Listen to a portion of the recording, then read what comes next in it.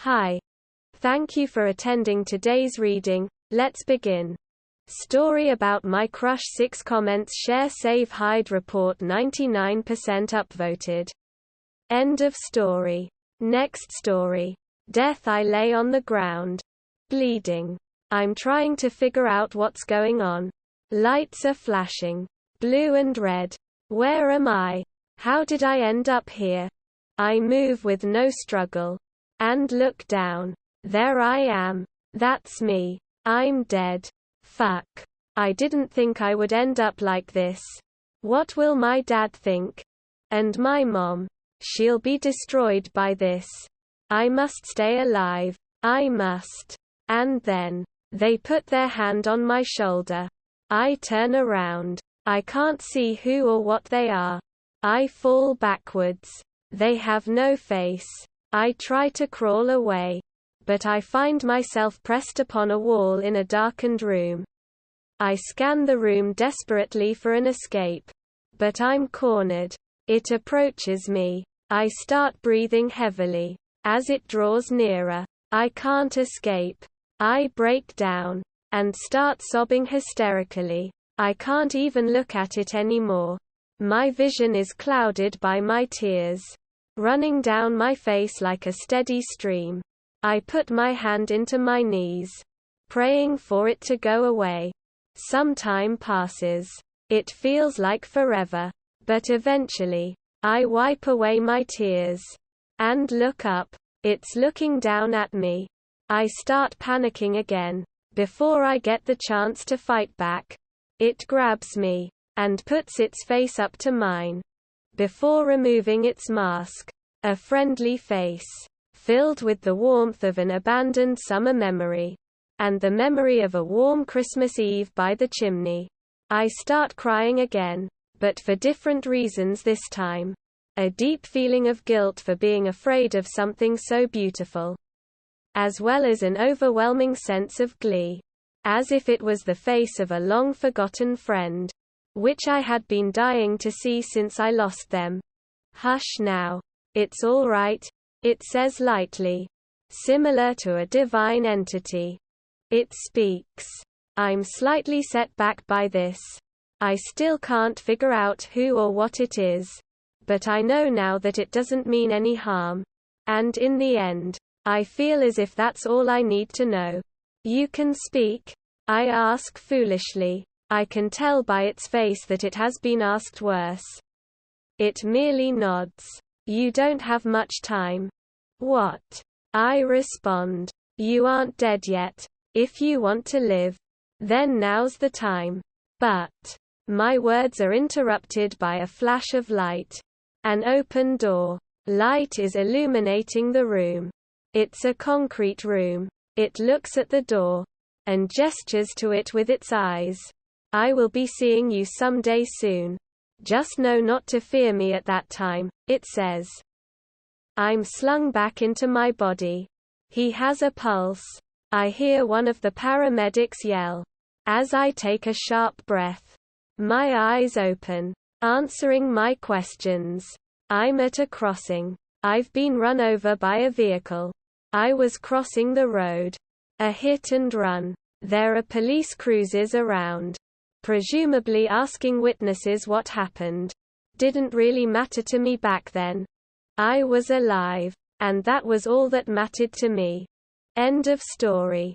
Next story. Our dog passed away today. I'm going to tell a story on how we got him as a puppy because dogs are amazing. The year was 2008. I was 11 years old. My brother 10. And my sister was 15. I would non-stop beg my dad to get us a dog. He finally caved after 2 years.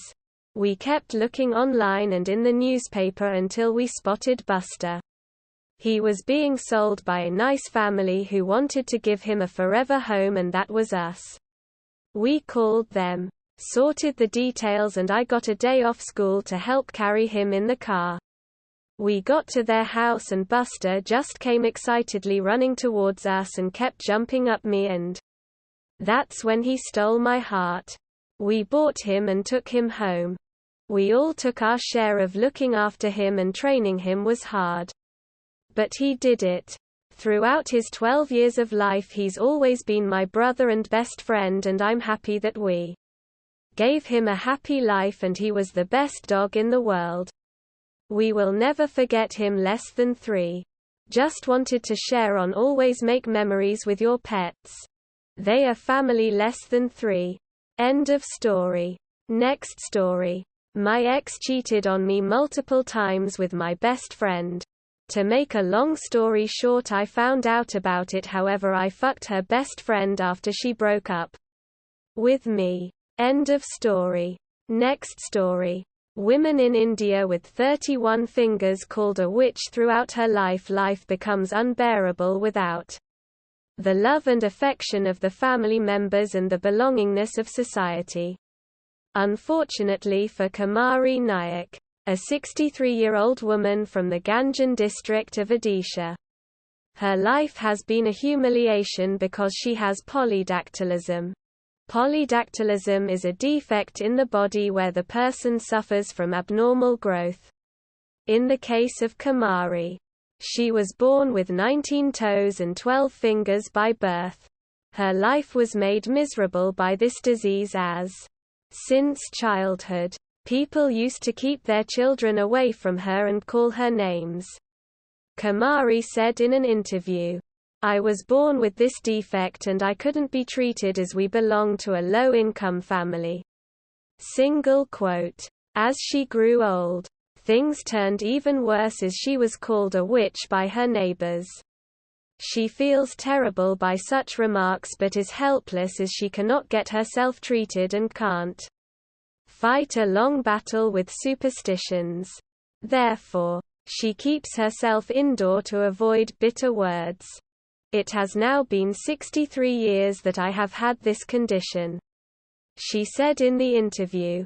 The residents nearby, who are too much into blind faiths, believe that I am a witch and keep away from me. They sometimes come to see my condition, but never help. I am forced to stay indoors as I am being treated differently, which is not a nice way of treatment from my neighbors. One of her neighbors, who understands the medical condition of Kumari, often comes to help her. But even she said that the mentality of people in a small village is such that they think of everything in terms of good or bad, godlike or witch. And Kumari's medical condition has made her the witch of the village. On hearing Kumari's situation, government officials of India have decided to come to her aid. She is granted a house and monthly pension so that she can live a life of dignity. Even measures are taken to stop murders of women in the pretext of witch hunting and black magic. In 2016, there were 135 cases registered of murder and lynch mobbing to curb black magic. Even though the government of India is taking measures to curb such heinous acts, but the administration feels the efforts on the ground level are not adequate. And mass awareness needs to be spread about such diseases. Let's hope stricter laws are passes. And victims of such diseases are also considered humans and give their share of respect in society. Watch video and pictures. Women with 31 fingers called a witch throughout her life. End of story. That is all for today. If you want to support my automated channel, feel free to drop a like and subscribe. See you tomorrow.